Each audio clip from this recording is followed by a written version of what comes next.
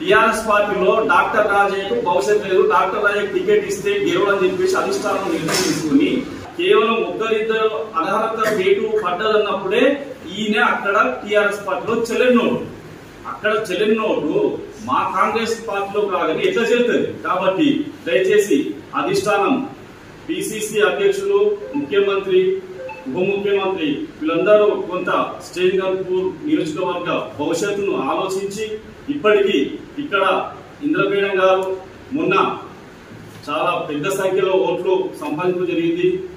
తక్కువ మెజార్టీ తోటి 30,000 తోటి ఓడిపోయింది. కాబట్టి ఆమెకు భవిష్యత్తు బ్రహ్మాండంగా ఉంటుంది.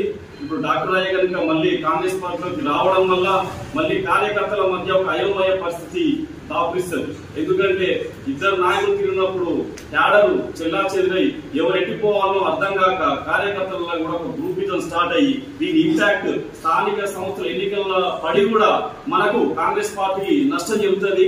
గతంలో ఈయన బీఆర్ఎస్ పార్టీలో ఉన్నప్పుడు కడియం వర్గం, రాజయ్య వర్గం అనేది ఎంత ప్రస్ఫుటంగా విభజించబడి ఉండేదో ఆ ప్రమాదము ఇలా డాక్టర్ రాజయ్య కాంగ్రెస్ పార్టీలోకి తీసుకుంటే కాంగ్రెస్ పార్టీ కూడా ఆ ప్రమాదం పుంచున్నారు. కాబట్టి అదే శ్రీగంపూర్లో ఎమ్మెల్యే గెలవాలంటే మాత్రం ఖచ్చితంగా రాజయ్య గారు రావడం వల్ల సాధ్యపడదు. దీనివల్ల గ్రూపిజం తిరుగుతుంది. ఎట్టి పరిస్థితుల్లో డాక్టర్ రాజయ్య గారిని కాంగ్రెస్ పార్టీలోకి తీసుకోకూడదని చెప్పేసి మేము గంటాపదంగా ఏకాభిప్రాయం తీసుకొని ధర్మసార మండలంలోని వివిధ గ్రామాల గ్రామశాఖ అధ్యక్షులు, ఇన్ఛార్జీలు, ముఖ్య నాయకులు, మాజీ ప్రజాప్రతినిధులు అందరూ ఏకాభిప్రాయంతో మేము తీర్మానం చేసుకొని ఈ ప్రెస్ మీట్ కార్యక్రమాన్ని ఏర్పాటు చేయడం జరిగింది.